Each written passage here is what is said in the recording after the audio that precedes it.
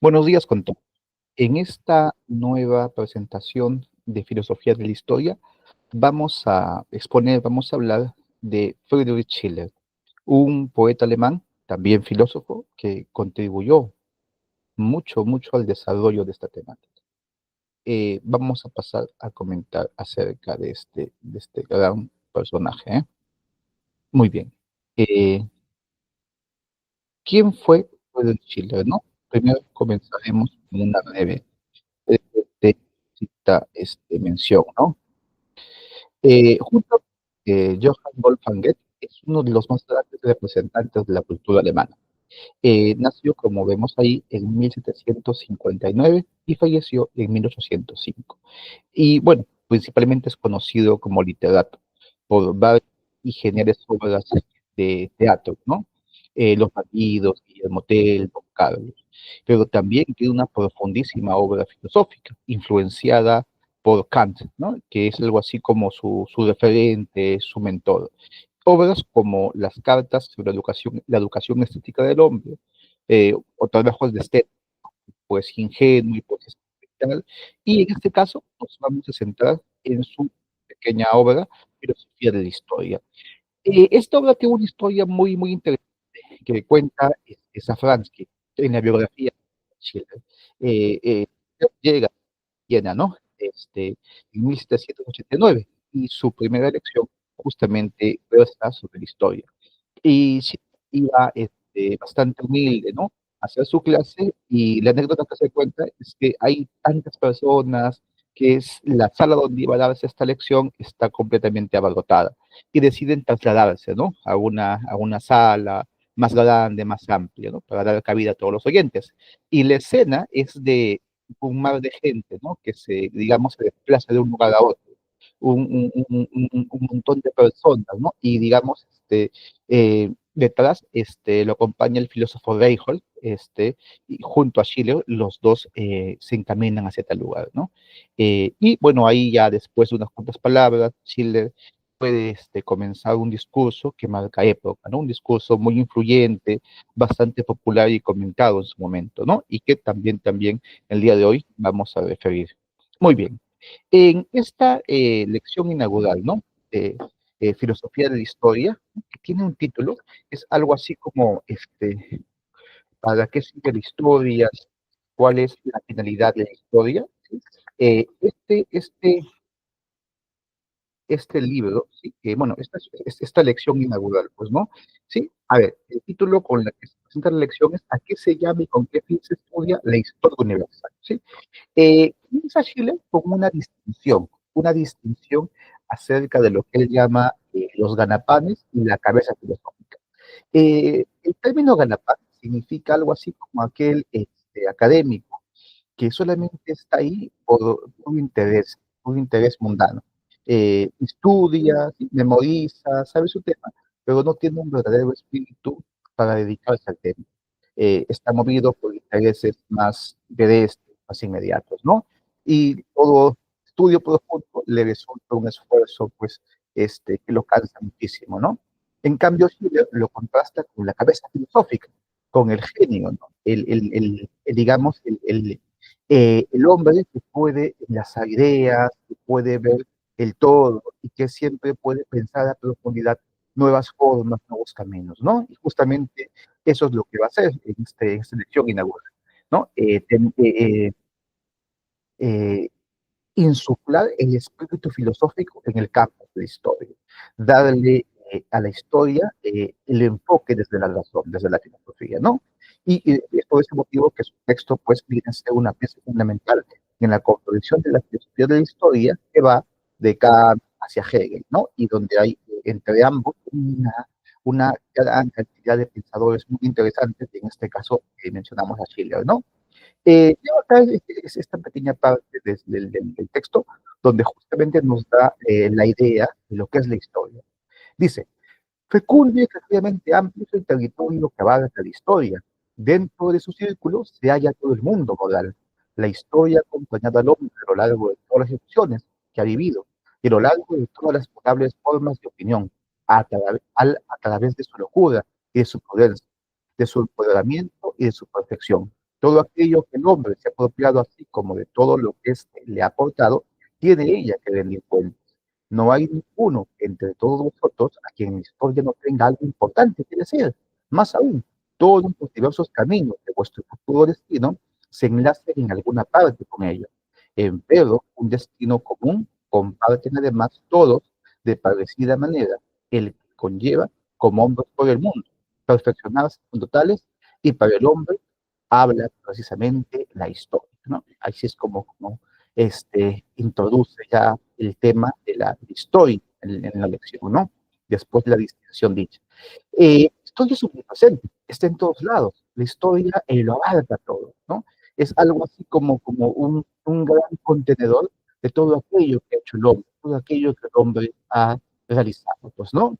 Pero además, el texto no deja de mencionar cierto afán pedagógico de la historia, cierta idea de que de la historia podemos aprender algo, y que es importante escucharla, es importante saber qué es la historia, ¿no? Una idea bien ilustrada, como recordar, ¿sí? Bien, eh, miren, el texto, después de tratar acerca de esta, a presentar la historia, ¿no? En su magnificencia, eh, digamos, plantea Schiller cómo fueron los hombres del pasado. Algo así como estamos en un presente, pues nos procede un pasado, bueno, veamos qué fue del hombre de antaño. Y para ello, algo muy interesante que nos hace recordar a la biología, ¿no? A mí me da la impresión de que en la filosofía de la historia están contenidas lo que luego desarrollan las ciencias sociales, ¿no? Antropología, etnología, etcétera, ¿no? Y este pasaje donde Schiller menciona a los pueblos europeos y cómo son algo así como la imagen pasada, la imagen que en el pasado fueron los pueblos europeos, ¿no? Digamos, algo que lo podemos conectar con la etnología, ¿no? Bien, leo esta parte y luego comento, ¿no? Aquí en esta cita dice lo siguiente, Schiller. Dice, los descubrimientos que nuestros navegantes europeos han realizado por lejanos mares y costas remotas nos proporcionan justamente un ejemplo tan instructivo cuanto ameno, pues estos descubrimientos presentan en torno a nosotros diversas tribus o pueblos, los cuales han sido clasificados según los más variados grados de civilización. Tales tribus tienden a ser como niños de distintas edades que estuvieran alrededor de un adulto, al cual recordase a la vista de ellos lo antes, y por consiguiente lo que había efectivamente realizado y llegado a ser.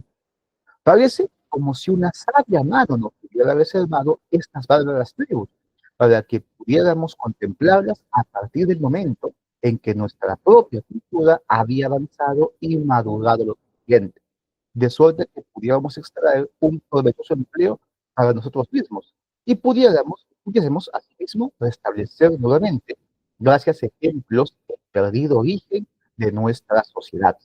Pero qué vergonzoso y triste es la imagen que nos proporciona estos pueblos de nuestra infancia, pese a que el daño en el que se encuentran y sobre el cual los vemos no es, con mucho, el que corresponde al primer escalón de la civilización.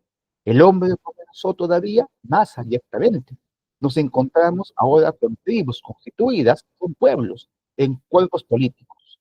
Más, para que el hombre pudiese elegir una sociedad política, tuvo que realizarse primeramente esfuerzos extraordinarios. Creo que está de más decir que es una visión profundamente eurocéntrica, vinculada, ¿no?, con el colonialismo que va cimentándose en esas épocas, ¿no? Y que claro, obviamente pues representa una visión que hoy día cuestionamos, que hoy día pues ya no compartimos, ¿no? Eso hay que darlo por descontado. Lo que en buena cuenta me gustaría señalar es lo siguiente, que esta idea de ver a los pueblos no europeos como menores de edad nos dice entonces que los europeos son mayores de edad. Y esta distinción minoría de edad, mayoría de edad, hay que recordarla, también la trabaja Kant en su famoso texto, es la ilustración, ¿no? Que, digamos, si lo leemos a contrapelo con esto, tenemos una idea que a lo mejor no está dentro del texto de Kant, pero se puede inferir. La idea de que solamente los europeos alcanzan esa emancipación mental, esa mayoría de edad, mientras que los pueblos ¿no? No europeos se quedan todavía dentro de esa especie de minoría de edad, ¿no? Y digamos, esto de Chile vendría pues a profundizar justamente por ese lado de los pueblos que se han quedado atrasados, se han quedado todavía en ese estado infantil, ¿no? Y claro, esa es una idea de larga data también, ¿no? Podemos inclusive referir a las interpretaciones que tenían Bartolomé de las Casas, de Sepúlveda, ¿no? Que, digamos, van en esa idea de concebir a los pueblos no occidentales, no europeos, como menores de edad, ¿no? Bien, pero ojo, y algo interesante en Chile, que luego también puede reforzar, es que está bien, son pueblos menores de edad, pero recordemos que así fuimos nosotros, que ese es nuestro pasado, ¿no? Y ahí hay una conexión muy interesante, ¿no? Después de esto vuelve al punto. ¿Para qué están ahí estos pueblos? ¿Cuál sería, digamos así, su función? Uno es el que menciona en Chile, es para recordarnos cómo fuimos, ¿no? Para un poco saber cuánto hemos cambiado, evolucionado, ¿no? Hablando chileno como europeo, como alemán. Y número dos, ya tendría un objetivo más científico para que pueda averiguarse el origen, ¿no? El origen del Estado, de las lenguas, etcétera, ¿no? O sea, estos pueblos ya comienzan a verse como un campo de estudio para responder algunas cuestiones claves, lo que llamaríamos la antropología, la etnología, ¿no? Pero que en ese momento es parte de la filosofía del Islam, ¿sí? Y ya luego veremos también esto, miren, aquí en el texto de Schiller vemos un claro anti-rusonismo, ¿no? Jean-Jacques Rousseau popularizó la idea del pueblo salvaje, digamos, el hombre no occidental, no europeo, ¿no? O el hombre del pasado, como un ser noble, inocente, y justamente la mirada de Schiller es lo opuesto, más bien no ve demasiada virtud, demasiado bienestar en esa época, ¿no? Sino todo lo contrario. Más bien habría que lamentar si alguien piensa volver a esa situación, a ese, ¿no? Bien, ¿no? Y lo que comentamos, ¿no? Hay alguna visión eurocéntrica, ¿no? Una visión desde una Europa que se ha constituido de una forma que se cree superior, ¿no? Obviamente, y no está para decirlo, es una idea que ya se cuestiona, pues, ¿no? Sigamos acá. El texto continúa de una manera muy interesante. En la descripción, creo yo, es pertinente atenderla, ¿no? Dice, ¿qué es lo que nos cuentan ahora los escritores viajeros acerca de estos cuadros humanos? Unos cuando los hallan sin conocimiento de las artes más necesarias, sin el hierro, sin el arado. Algunos otros hasta sin la posesión del fuego. Más de un viajero lo sitúa al mismo nivel de los animales salvajes, por lo que toca la alimentación y la vivienda. Para otros muchos, el lenguaje apenas sí se eleva por sobre los sonidos animales a una comprensible lengua. Ni siquiera ni siquiera existía ese tan sencillo vínculo que es el matrimonio. No había ni la más ligera noción de propiedad. La precisamente aún podía conservar en la memoria una especie de experiencia, pese a las que repetía cada día. Sin el menor cuidado, dejaba el hombre, los animales salvajes, la guarida en la que hoy durmiera, porque no se le ocurría que mañana tendría que dormir de nuevo. En cambio, la guerra era de todos contra todos, y la carne de los vencidos no pocas veces era el premio de la victoria. Otras tribus, más familiarizadas ya con las comunidades de la vida, mostraban el elevado rango de la civilización que habían alcanzado, presentando una forma odiosa de esclavitud y de despotismo. Aquí se veía un déspota africano, provocaba sus súbditos por un trago de aguardiente. Allí degollaban los súbditos de otros de las fosas para que les sirviera en el mundo subterráneo. Acá la timidez se mostraba al ridículo fetiche. Allá se arrodillaba ante una horrible estatua. El hombre se pinta en sus dioses, tan profundamente le hunden y le pesan allá la esclavitud, la necedad y la superstición, como acuya la agobian mediante el otro extremo de la anárquica libertad, que así de mezquino era el hombre, siempre dispuesto al ataque y la defensa. El salvaje se espanta ante cualquier ruido y endereza sus tenerosas orejas hacia la soledad. Llama enemigo a todo lo que es nuevo para él y hay del extranjero a quien la tempestad arroja sus costas. No verá a lo lejos humear ningún hospitalario hogar. Ninguna dulce hospitalidad le servirá de alegría. Pero incluso aquí mismo, donde un estilo de aislamiento obliga al hombre a elevarse y constituir en sociedad y a pasar de la indigencia a la vida regalada, del temor a la alegría, un extravagante y monstruoso se presenta a sus ojos. Su safio gusto busca la alegría en el tratamiento, la belleza en la caricatura, la celebridad en la expresión. Su virtud nos provoca incluso dolor, y lo que denomina su felicidad únicamente puede suscitarnos repugnancia o compasión. Así fuimos nosotros, no mucho mejores nos encontró don César Tácito hace 18 siglos. Eh, el texto en esta parte principal tiene un sentido que si atendemos esta última línea cambia por completo, porque todo aquello que está diciendo de los salvajes lo está diciendo también de los propios alemanes, de estos propios pueblos que antes de su contacto, ¿no?, con el mundo grecorromano vivían en una situación similar. Y esto es bien importante, porque aquí hay un reconocimiento. Eh, Intrínseco, ¿no? Un reconocimiento inherente, ¿no? ¿En qué sentido inherente? A que el propio europeo es eso también, solamente que en su pasado, solamente que dejó atrás, digamos, la situación, pero también quiere, digamos, todo esto que aquí el texto de Chile. ¿Y qué ha señalado el texto? Miren, un poco estamos aquí viendo la idea de lo que se pensaba en esa época, eh, sería el hombre natural, ¿no? El hombre despojado de todo artificio de la cultura, ¿cómo quedaría? Bueno, y un poco es lo que aquí se describe, ¿no? Un hombre sin artes, sin ciencia, ¿no? Sin el fuego, sin el agrado, etcétera, ¿no? Sin inclusive el lenguaje, sin memoria, sin experiencia, ¿no? Que, digamos, está más cercano a los animales, ¿sí? Al animal que, digamos, a lo que se suele entender por ser humano, ¿no? Un poco así piensa Schiller, así piensa Schiller, que son estos pueblos, tribus salvajes, ¿no?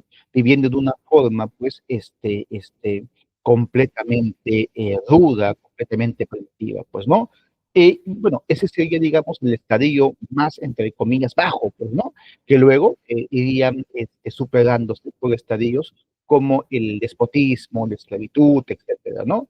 Que de alguna otra forma ya tendrían cierta organización, ciertas leyes, ¿no? Aquí vemos un pasaje como Schiller está creyendo, ¿no? Que en este mundo salvaje también está la famosa guerra de todos contra todos, que había hecho popular Thomas Hobbes, ¿no? Sí, y bueno, luego acá ya, digamos, en esta etapa, entre comillas, un poco más desarrollada, pone el énfasis en el tema de la religión, ¿no? En los dioses, ¿no? El hombre se pide en sus dioses, ¿no? Que va a ser un tema importante también, ¿no? Hegel también va a decir algunas cosas sobre la religión y las culturas, ¿no? Al final de la fenomenología del espíritu, hay todo un capítulo dedicado al tema. Eh, eh, eh, bueno, por último, este pasaje de acá es muy interesante, porque Schiller está diciendo que no encontramos nada en lo que podamos estar de acuerdo o en lo que podamos sentir un gusto común con estos salvajes, ¿no? Su virtud nos causa espanto, ¿no? La belleza que ellos, o aquello que ellos creen que es bello, es una caricatura para nosotros, ¿no? Bien, pero como dije, esta aparente oposición luego cambia de sentido cuando dice, ¿no? Así fuimos nosotros, ¿no? Todo aquello que se está adjudicando al salvaje también habría que adjudicárselo al europeo antes de la modernidad, ¿no? Al europeo que vivía todavía en una condición primitiva, cercana a todo esto, ¿no? Y es algo, digamos, de lo que la historia ya más contemporánea, más actual, ¿no? Puede darnos algunas luces, ¿no? Las diferentes tribus que existieron, ¿no? En los territorios de hoy en día europeos, ¿no? Y lo interesante, miren, es como ya Schiller está haciendo concreta una idea que Kant había trabajado mucho, la idea del progreso, ¿no? La idea de, digamos, desarrollo, perfeccionamiento, ¿no? Que nos lleva de la barbarie a la ilustración, ¿no? La barbarie, claro, es la que vivieron los europeos en el pasado, pero la que ahora todavía vive, ¿no? En la época de Chile, Chile diría, la que ahora todavía viven varios pueblos no europeos, ¿no? Pueblos de África, de Asia, de América, de Oceanía, etc. campos, ¿no? Y ojo, en una parte también dice, pero el futuro, ¿sí? El futuro va a ser que estos pueblos se hagan como los europeos, es decir, como que el europeo ha puesto la meta y los demás pueblos van a seguir la misma meta, ¿no? Un poco la idea que, digamos, estos pueblos alcanzan también cierto grado de frustración, ¿no? Así como son ahora menores de edad, llegarán a la mayoría de edad y serán como los europeos, ¿no? Hay una idea que más o menos podemos tener en cuenta esto que dice Schiller, ¿no? Muy bien, y luego el texto después, digamos, de hacer esa reminiscencia de los pueblos, bueno, esa reminiscencia del pasado, mediante la apelación a los pueblos no europeos, es que se centra en el presente. Y ojo, el presente es clave para Schiller. Kant, en su filosofía de la historia, fuga hacia el futuro. ¿Sí? Kant propone que en el futuro va a estar lo mejor, la más perpetua, ¿no? Hay como un pesimismo respecto al presente y un optimismo sobre el futuro. En Chile encontramos algo distinto, ¿no? Si bien sigue las ideas cristianas, las desarrolla, aquí en Chile encontramos una exaltación del presente, una especie digamos, de optimismo respecto al tiempo que se está viviendo, ¿no? Veamos este pasaje que expresa bastante bien esa idea. ¿Qué somos ahora? Permitidme que por unos momentos me detenga en el siglo en el cual vivimos, junto a la forma presente del mundo que habitamos. La actividad humana ha cultivado los campos y ha vencido con perseverancia y talento a la resistencia de la tierra. Por aquí le ha ganado el al mar, por allí ha dado agua a la tierra sedienta. El hombre ha entremezclado zonas y estaciones y ha aclimatado las delicadas plantas de oriente al áspero cielo occidental. Del mismo modo que transportó la Europa a las Indias occidentales de los mares del sur, se ha permitido hacer resurgir el Asia en Europa. Un cielo sereno y ahora los bosques germanos, a los cuales hizo pedazos en tal forma la fuerte mano del hombre, que los rayos del sol se abrieron paso y permitieron que sobre las ondas del Rin se reflejen actualmente las Indias del Asia. A orillas de este río levantan populosas ciudades y bullen por doquier en alegre animación el trabajo y el provecho. Aquí encontramos al hombre en plena y pacífica posesión de sus ganancias, seguro entre 1 millón de personas y sin que un solo vecino le quite el sueño. La igualdad que perdió por su ingreso en la sociedad la ha reganado por medio de sabias leyes. Ha dejado las ciegas fuerzas de la fortuna y la necesidad para acogerse al muelle dominio del pacto. Ha abandonado la libertad del animal carpintero para poner a salvo la noble libertad del hombre. Sus cuidados ya no repartido y sus actividades dividido de un modo beneficioso para él. La imperiosa necesidad que le impone la deja del lado ya no le fuerza a abandonar la patria y el hogar. Por causa y gracia del lado ya no le reta ningún enemigo en el campo de batalla. Con los brazos del campesino hincha el hombre sus trojes y con las armas del guerrero protege su territorio. La ley vela su propiedad y el inestimable derecho le insta por sí mismo a no apartarse de su deber. Cuántas creaciones del arte, cuántos pródigos de la acción, cuánta luz en todos los campos del saber, desde que el hombre no tuvo ya que gastar inútilmente sus fuerzas en aflictiva autodefensa, desde que se resignó con gusto a tener que venirse con la necesidad de la que nunca podrá escapar, y desde que consiguió el precioso privilegio de ordenar con libertad su capacidad y seguir el llamado de su gente. Cuánta animada actividad por todas partes, luego que los múltiples anhelos dieron nuevas alas al talento y abrieron nuevos espacios a la aplicación. Las barreras que separaban con hostiles egoísmos a los estados y naciones son destruidas. Todas las cabezas pensantes están ahora ligadas por un vínculo cosmopolita y toda la luz de su siglo puede iluminar actualmente el genio de un nuevo Galileo y el ingenio de un nuevo Erasmo. ¿Qué tal? ¿Qué te parece? ¿No? Es una exaltación poética de su época, de su presente, ¿no? Ahí está diciendo Schiller que hemos alcanzado, pues, número uno, el dominio de la naturaleza. La naturaleza obedece a la voluntad del hombre por medio del trabajo, que se ha logrado domesticar los campos, los bosques, inclusive crecen las uvas, ¿no? Los vides en el suelo europeo. ¿no? Y luego, mire, en el mundo natural, en el mundo, digamos, salvaje, que referíamos hace un momento, ahí hay una igualdad, ¿no? ¿En qué sentido? Un poco en el que lo decía Thomas Hobbes también, ¿no? En este estado de naturaleza, el hombre es más o menos igual entre sí, ¿no? Las diferencias de fuerza bruta no son tantas, ¿no? Cuando entramos en la cultura, ahí sí aparecen las diferencias, ¿no? Como también hacía Rousseau, aparecen las redes sociales, los ricos y pobres, ya. Y va a pensar de que ya en esta época ese problema se ha resuelto. Las diferencias, ¿no?, que aparecían en la cultura ahora son mediadas por una ley que nos hace a todos iguales, ¿no? Ahí es donde está esta frase. La igualdad que perdió por su ingreso en la sociedad la ha reganado por medio de las leyes. Claro, en sociedad nos hacemos, se hacen diferencias sociales, pero ahora las leyes acomodan eso para que todos seamos ciudadanos libres, iguales, con igualdad de derechos, etcétera, ¿no?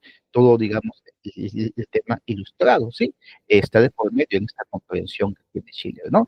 Bien, luego Chile dice también que ya terminó las guerras, los conflictos, ahora la humanidad se dedica al trabajo, al desarrollo, artístico, técnico, ¿no? Y como acá vemos, cultural también, ¿no?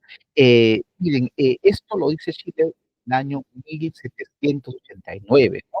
Me parece que en los meses de mayo, y ya casi el mismo año, sí, paralelamente, comenzaban a gestarse los eventos que luego desencadenarían en la Revolución Francesa. Y con todo ello y todo lo que viene después, ponen en crisis, ponen en aprietos esta imagen, ¿no? Lo que sucede luego, pues, es que hay una grave crisis política europea, ¿no? Con las famosas guerras napoleónicas y todo eso. De modo que esta exaltación del presente habría que tomarla con pinzas, ¿no? Habría que tomarla, pues, con bastante escepticismo. Claro, es, digamos, una fotografía del momento, es como en ese momento, ¿no? Schiller ve las cosas y le parece que están dadas para plantear esta apoteosis, ¿no? Sí, veamos acá, miren, qué más dice sobre esta idea, ¿no? Acerca de la exaltación del presente, ¿no? Dice, finalmente, nuestros estados, con qué cordialidad están entrelazados unos y otros, y no se encuentran en la actualidad más duramente unidos, gracias a la benéfica fuerza de la necesidad que antes, cuando lo estaban, se hermanaban por medio de los más solemnes tratados. A la paz vela hoy día una eterna iglesia guerra, y el egoísmo de un Estado se halla en guardia vigilando y preservando la prosperidad de los otros. El conjunto de las naciones europeas parece verse transformado en una gran familia. Los vecinos pueden enemistarse, pero ya no esperan que se desgarren. ¿Qué cuadro tan distinto? ¿Quién podría conjeturar, viendo los refinados europeos del siglo XVIII, que fueran únicamente adelantados hermanos de los indios canadienses, de nuestros días o de los antiguos celtas? Todas estas habilidades, experiencias, instintos artísticos, todas esas creaciones de la razón han sido cultivados y desarrollados en el hombre en un espacio de tiempo de pocos milenios. Todas estas maravillas del arte, todas estas obras gigantes de la diligencia han salido de él. ¿Qué fue lo que despertó la vida? ¿Qué es lo que le atrajo? ¿Por qué situaciones tuvo que pasar para exaltar de este a aquel extremo? ¿Por los cuales atravesó para, de insociable habitante de las cavernas, convertirse en un ingenioso pensador? ¿Por cuales ascender a civilizado hombre del mundo? La historia universal, la respuesta a estas preguntas, ¿no? Ahí ya está, pues, una forma que nos invita al estudio de la historia, ¿no? Responder, pues, cómo se hizo, cuál fue el proceso, cómo se logró tal progreso, tal avance, ¿no? Pero antes de eso, vamos al principio del párrafo. Vean ustedes que hay una exaltación del presente y se manifiesta esto en una visión idílica de los estados, ¿no? Los estados en paz, que por la diplomacia resuelven conflictos, pueden haber pequeñas, de repente, malentendidos que se resuelven, Chile pensando de que ya dejamos atrás digamos, al fenómeno de la guerra, el fenómeno de la violencia, ¿no? Todo aquello negativo parece de que está en proceso de eliminarse, ¿no? Y como ven, hay una exaltación del presente bastante fuerte. Y está aquí lo que les decía, de que esta es la meta, este es el, digamos, el objetivo al cual todos los pueblos aspiran. Los europeos han llegado primero y luego llegarán todos los otros pueblos, pues, ¿no? Los europeos, luego así como los que tienen el poder estatal, ¿no? Los adelantados, los hermanos mayores, ¿no? Los que han alcanzado primero la mayoría de edad, lo que vendría a ser al fin y al cabo el destino, ¿no? De todos los pueblos, ¿no? Claro, hoy en día, además de repetirlo, es una visión eurocéntrica, ¿no? Que hoy en día no se comparte. Pero es bueno siempre recordar. Y como decía, ¿no? Lamentablemente todo esto que Schiller pensaba de su presente se vio tocado por los acontecimientos inmediatos, sobre todo en Francia, ¿no?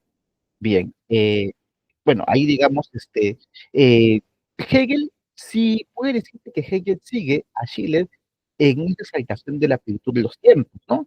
Ello puede verse en su fenomenología, donde aparece asumir que el tiempo está ya maduro para tener absoluto.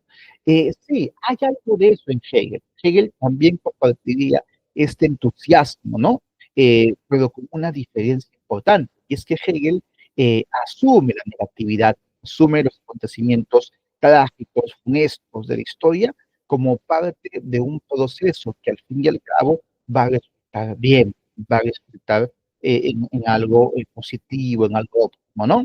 Es como bueno, Hegel decía que no nos asustemos el que pase esto y aquello en el mundo, ¿no? Que podemos pensar que son guerras, catástrofes, etcétera, son en el fondo mecanismos, formas para alcanzar el resultado deseado por todos, ¿no?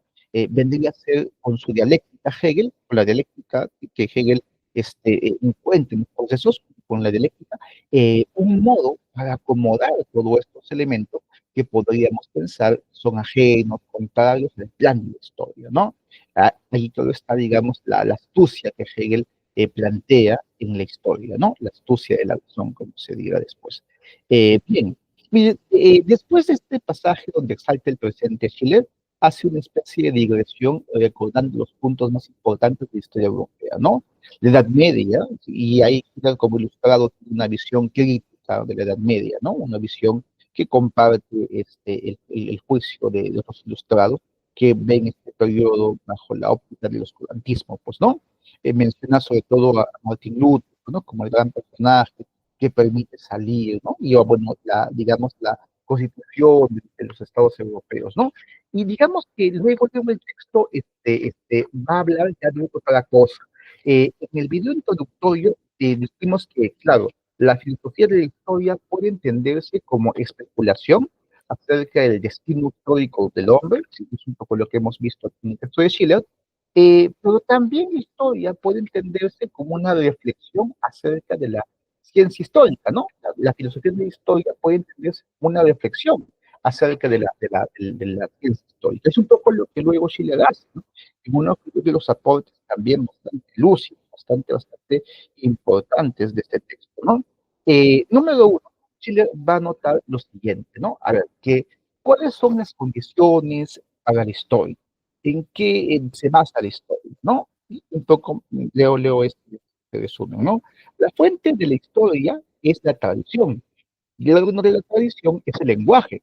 Toda época anterior a la aparición del lenguaje, no importa cuánta trascendencia haya tenido para el mundo, se ha perdido para la historia universal. La tradición viva o oral es por consiguiente una fuente de muy poca confianza para la historia. De aquí pues que todos los sucesos anteriores al uso de la escritura se consideren igualmente perdidos para la historia universal. Pero la propia escritura no se pierde en el tiempo, y el acaso ha destruido innumerables memorias de la antigüedad, y solo se ha podido poner a salvo algunas ruinas del mundo prehistórico en los tiempos del arte de la imprenta. Finalmente, de entre los pocos restos que el tiempo ha perdonado, el mayor número ha sido deformado y vuelto incognoscible por efecto de la pasión, por causa de la reflexión e incluso frecuentemente a consecuencia del genio de su escritor. Aquí hay algo muy interesante, fíjense. Está diciendo Schiller de que la historia sí puede basarse en la tradición, ¿no? En lo que se cuenta, las tradiciones que digamos pueden pasar de generación en generación. Ya, pero todo esto se pierde, no se comunica, ¿no? Recuerden que, según la visión de los salvajes que tiene Schiller, estos no tenían lenguaje, no se comunicaban con palabras, ¿no? Se supone que la palabra se inventa o que aparece y a partir de ahí pueden comunicarse. Pero hay una época donde no hay lenguaje. Todo aquello que han vivido, toda su tradición, por así decirlo, se pierde, ¿no?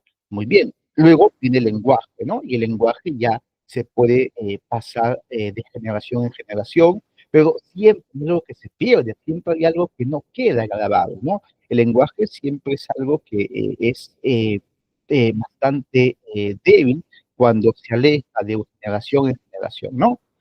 Luego está la escritura, que sí, viene a cambiar las cosas, porque ya logra grabar, logra de otra forma concretizar lo que se dice, lo que se piensa, ¿no? Y es para Chile y un montón de otros teóricos más, la fuente de la que parte la historia, ¿no? Sin embargo, ojo, Chile, digamos, acota de que muy pocas cosas se han puesto por escrito. Y pensemos en cuánto hemos perdido, cuánto no se ha puesto por escrito, ¿no? Cuánto no se ha llevado al lenguaje, etcétera. De aquí surge algo así como el escepticismo que Schiller tiene frente a la historia, ¿no? Y claro, todo pone un estudio filosófico, pero a la historia, como ciencia diríamos, le hace presente estas objeciones, ¿no? Estas observaciones, ¿no? Y hay una cuarta que es muy interesante, que tiene que ver con el propio sesgo de los historiadores. Claro, sí, puede estar el texto ahí, pero el texto puede ser mal comprendido, puede ser tergiversado, la pasión, la ideología, diríamos hoy día, puede hacer de que ese texto simplemente no diga lo que contiene, no se exhiba, no se saque de luz su mensaje, pues, ¿no? Una cosa que debe tener presente, ¿sí? Y ahí está un poco lo que dijimos, ¿no? Hay una, creo yo, vinculación de estas ideas de Schiller con las ideas también de Rousseau, ¿no? Sobre el lenguaje. Hay todo un tema de la escritura muy interesante, ¿no? Bien, y al final de la lección de Schiller hay una especie de consideraciones sobre la historia, pero ya a modo de un plan. ¿Qué plan debería seguir la historia? ¿Cuáles serían pues las ideas que el historiador debería considerar, ¿no? Para poder llevar a cabo su actividad, su profesión, ¿no? Bien, eh, hay acá algunas cosas, ¿no? Por consiguiente, reunir materiales para el estudio universal es, y así es preciso verlo, restablecer la relación que guarda el dato histórico respecto a la situación presente del mundo. La historia universal surge, por tanto, de un principio que es precisamente contrario al origen del mundo. La serie real de acontecimientos descienden desde un comienzo de las cosas a un orden más reciente. El historiador universal avanza, por el contrario, hacia arriba, desde la situación política más nueva al encuentro del origen de las cosas, ¿no? Ese es un tema muy problemático. Es como, digamos, hay que proceder en historia, desde el pasado al presente o del presente remontarnos al pasado, ¿no? Pero fíjense que Schiller está poniendo siempre el énfasis al presente, de que los datos de la historia, las cuentas de la historia, deben jalar, ¿sí? Para explicar el presente. La historia, lo que nos... a ver, lo importante de la historia es que nos explica cómo estamos, por qué estamos así en el presente, cómo llegamos a esa situación presente, ¿no? Sí, es, digamos, el presente, el tiempo privilegiado que la historia tiene que explicar, comprender. ¿Eh? Sigamos siguiendo acá. Dice, como la historia depende de la riqueza de las fuentes, ¿cuántos hay derechos vacíos en la tradición? Se originan nuevamente muchos huecos en la universal, ¿no? Así pues, entre la marcha del mundo y la marcha de la historia universal existe evidentemente un desequilibrio perceptible. Este es un problema que también había notado Kant. En el poder del inicio de la historia humana también hace alusión a los huecos, vacíos de la historia, ¿no? Claro, por falta de documentos, de textos, etcétera. Por ese motivo debemos ser siempre muy escépticos respecto a las reconstrucciones históricas que se hagan, pues, ¿no? Pues muchas veces faltan fuentes para, digamos, tener una visión coherente.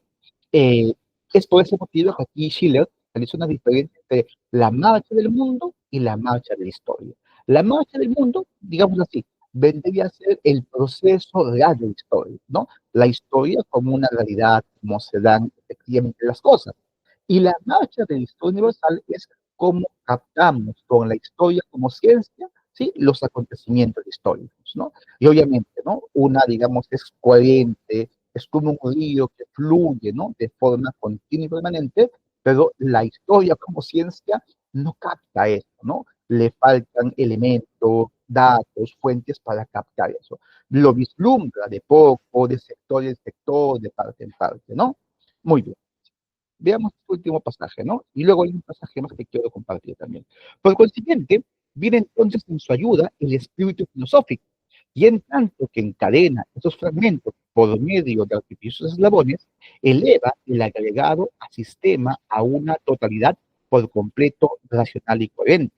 A tal efecto, el ánimo filosófico encuentra que la confirmación y legalización de su proceder está en invariable unidad y regularidad de las leyes y de la naturaleza y del carácter humano, que la unidad es la que hace posible que los sucesos de la antigüedad más remota se repitan en nuestros días bajo la confluencia de parecidos factores externos.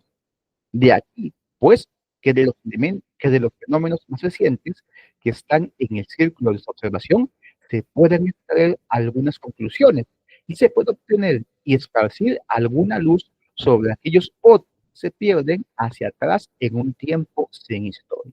Lo que dijimos hace un momento, el presente es el tiempo que la historia tiene que explicar. Sí, y un poco la idea es que lo más reciente es más conocido, está más cercano al presente. Es lo que la historia puede, es lo que la historia puede de repente conocer mejor. En cambio, lo más lejano, lo más distante del presente se pierde, digamos, se queda básicamente inconocible, pues, ¿no? Por falta de estas fuentes, ¿no? Que tengamos en cuenta eso. Pero antes ha introducido la idea de que ya, es cierto, faltan estos elementos, hay lagunas, y datos solos no son suficientes. Ah, ahí viene en ayuda del historiador, el espíritu filosófico, diríamos el espíritu del sistema, que busca deconstruir, que busca poner la unidad y la coherencia, ¿no? En estos datos y configurar pues, un sistema, ¿no? Pero ojo, al principio de su lección, Schiller había dicho, sí, es cierto, este sistema es algo que nos complace, pero es importante deshacer el sistema cuando encontremos una nueva verdad, cuando encontremos de repente un descubrimiento, evento que cambie las cosas, ¿no? El sistema no debe elevarse a un dogma inalterable, no, no, es algo así como una forma de comprender coherentemente la historia, pero lo que puede cambiarse, que puede sustituirse, si es que las verdades, la verdad o algo aparece, ¿no? Sí, creo que eso es una idea muy interesante y que puede ligarse bastante con el proceder de la línea. Bien, quiero terminar esta explicación, ¿no? Este comentario a este texto muy interesante de Schiller, con un pasaje donde justamente el autor pone esto, el valor de la historia, ¿no? Dice lo siguiente, Schiller, el estudio de la historia desterrará de nuestro espíritu la común mezquina idea del hecho moral, y en este momento desplegará en vuestros ojos el gran cuadro de los tiempos de los pueblos, corregirá las limitadas decisiones del momento y los limitados juicios del egoísmo, así como por medio del estudio de la historia se acostumbra a los hombres a resumir todo el pasado y a adelantarse al lejano porvenir en las conclusiones, así también el estudio oculta los límites del nacimiento y montaje que ciñen tan aparente la vida del hombre, pues despliega óptica y engañosamente su breve existir en un infinito espacio y lleva inadvertiblemente al individuo más allá de la especie. Eh, la historia nos lleva más allá de nuestros límites mortales finitos, a lo mejor ilusoriamente, ¿no? De modo teórico, pero nos arranca de este presente, contingente, momentos, y nos lleva por el pasado, ¿sí? O nos proyecta hacia un futuro. pero siempre la historia tiene ese poder de desarraigarnos, de lanzarnos más allá de los límites inmediatos a los que nos constriñen, ¿no? El espacio, el tiempo, ¿sí? Y creo yo, es una de las cosas más interesantes de la historia, esta capacidad que tiene para fomentar la imaginación, la reflexión, etcétera, pues, ¿no? Haciéndonos salir de los límites a los que la existencia fáctica nos encasilla, pues, ¿no? Eh, Miren, esto lo dice Schiller con fundamento de causa, porque él, como poeta, como dramaturgo, ha escrito bastante de la historia. Si ustedes se animan a leer sus obras, van a encontrar que hay una reconstrucción de periodos pasados, de épocas lejanas, ¿no? En la Doncella de Orleans, en Don Carlos, los bandidos, etcétera, ¿no? Hay, digamos, un trabajo de reconstrucción del momento, de la época, de los personajes, ¿no? Que muestra, pues, la beta de historiador que tiene Schiller, ¿no? Bien, espero hayan disfrutado, les haya gustado, ¿no? Esta exposición. Y si es así, estimados amigos, amigas que nos siguen, les agradecería mucho, pues, el, el like y compartir este canal, ¿no? De Filosofía de la Historia, y así, pues, apoyarnos a que sigamos. Muchas gracias.